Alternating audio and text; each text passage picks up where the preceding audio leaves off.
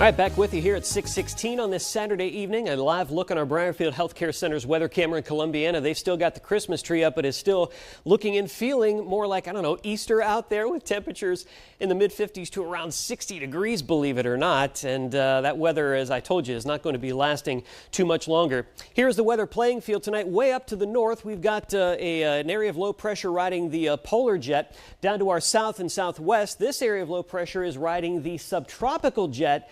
And these two systems are going to phase and turn things active for us as we get into the wee hours of our Sunday and wrapping up the rest of the weekend. For tonight, though, it's not going to be looking too bad out there. Clouds will continue to thicken. Things will stay mild for us. There may be a sprinkle or two here or there as we get later on into the night, but it won't be until around, say, 4, 5, 6 a.m. where we see a steadier batch of rain start to spread over top of us, and that will stay with us through much of the first half of our Sunday.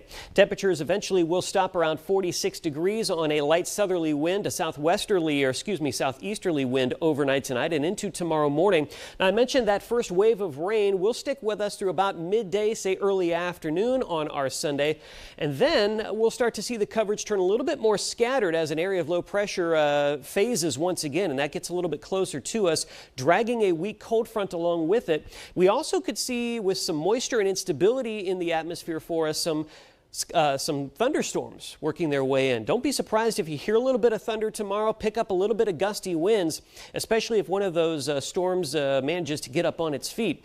A low end risk for some gusty winds with any of those stronger showers or storms, as highs once again get up to around 60 degrees on our Sunday. Now, most of the steadier rain and the highest rain totals, therefore, will stay off to our west, mainly along and west of I-71. But most of the models for us keying in on anywhere from a ½ an inch to an inch. So still a healthy drink of water to be had for our lawns as we get ready to wrap up the weekend.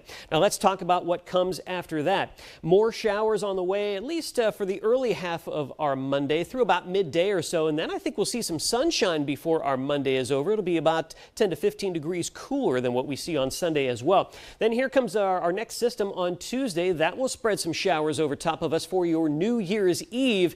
And along with that, as we ring in 2025, some colder air will be wrapping in on the back side of that, changing those rain showers over to some snowflakes. That's going to usher in a much colder pattern for us. That means repeat lake effect and lake enhanced snow and flurry chances right on into next weekend. I mentioned things getting much colder. Here is that upper level troughing that's going to take over as we get into the beginning of 2025. And look at where this air is sourced, way up into the Arctic. And there are going to continue to be chunks of that break off of that polar jet and dive down over top of us. So as we go into the longer range, we will be in the deep freeze, not only for the beginning of 2025, but really through much of the month of January. Now, how much snow we see during that time, the jury is still out. Not a real strong signal either way when it comes to that. So there you see the big change in that 7-day forecast from 60 tomorrow to low to perhaps mid-20s and some snow possible next weekend.